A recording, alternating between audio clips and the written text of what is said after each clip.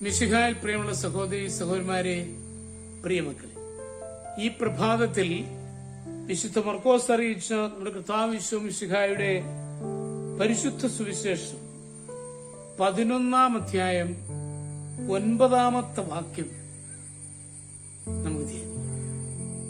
Saint Mark's Gospel chapter 11 verse 9.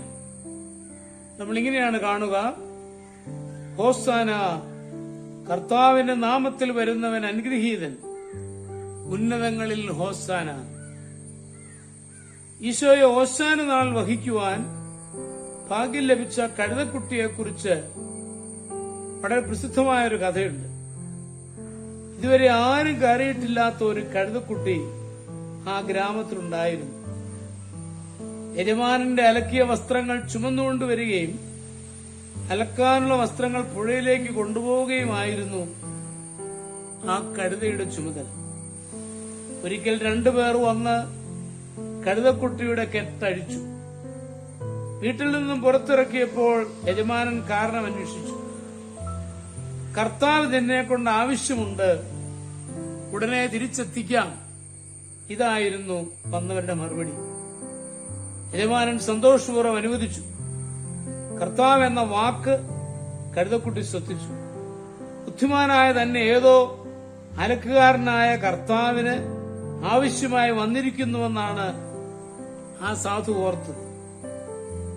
ഈശോയുടെ അടുത്ത് കഴുതക്കുട്ടിയെ അവർ എത്തിച്ചു. ഈശോ അതിന്റെ പുറത്തു കയറി.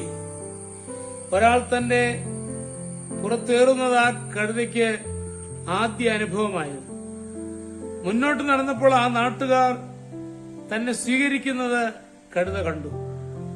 ഒരു കൂട്ടർ വഴിയിൽ തുണി വിരിക്കുന്നു, ഹോസാന പാടുന്നു. പച്ചിലക്കൊമ്പുകൾ കയ്യിലേന്തിയ ജനം തന്നെ ആർത്തു വിളിച്ച് എതിരേൽക്കുന്നു. ഇതിൽപ്പരം ആനന്ദം ഒരു കഴുതയ്ക്ക് എന്തു വേണം?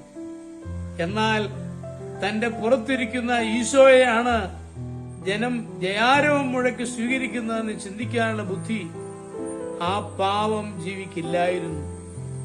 അന്ന് കഴുതയ്ക്ക് വയറു നിറയെ ശാപ്പാടും കിട്ടി. നാട്ടുകാർ തന്നോട് കാട്ടുന്ന സ്നേഹബഹുമാനങ്ങൾ പിറ്റേന്നും ഏറ്റുവാങ്ങാൻ കഴുത യജമാനറിയാതെ വീട്ടിൽ നിന്ന് ഒളിച്ചോടി. അതേ സ്ഥലത്ത് വന്ന് നിന്നു. എന്നാൽ ആരും തിരിഞ്ഞു നോക്കുന്നില്ല. തന്റെ സാമീപ്യം ജനത്തെ അറിയിക്കുവാൻ കഴുത പലതവണ കരഞ്ഞു, തുള്ളിച്ചാടി. അത്രയും നേരം കഴുത പ്രകടനം കണ്ട് അസഹ്യരായി തീർന്ന ജനം ഒരു വലിയ വാടിയെടുത്ത് കഴുതയെ തല്ലി ഓടിച്ചു. അതെ, വിശുദ്ധ ജെറോം പറയുന്നുണ്ട്, പരിശുദ്ധമായ ഭവനത്തിൽ വസിച്ചതുകൊണ്ട് ഒരാൾ പരിശുദ്ധനാകുന്നില്ല. പരിശുദ്ധരായി ജീവിക്കുക എന്നത് മാത്രമാണ് അതിനുള്ള ഏക പോംവഴി.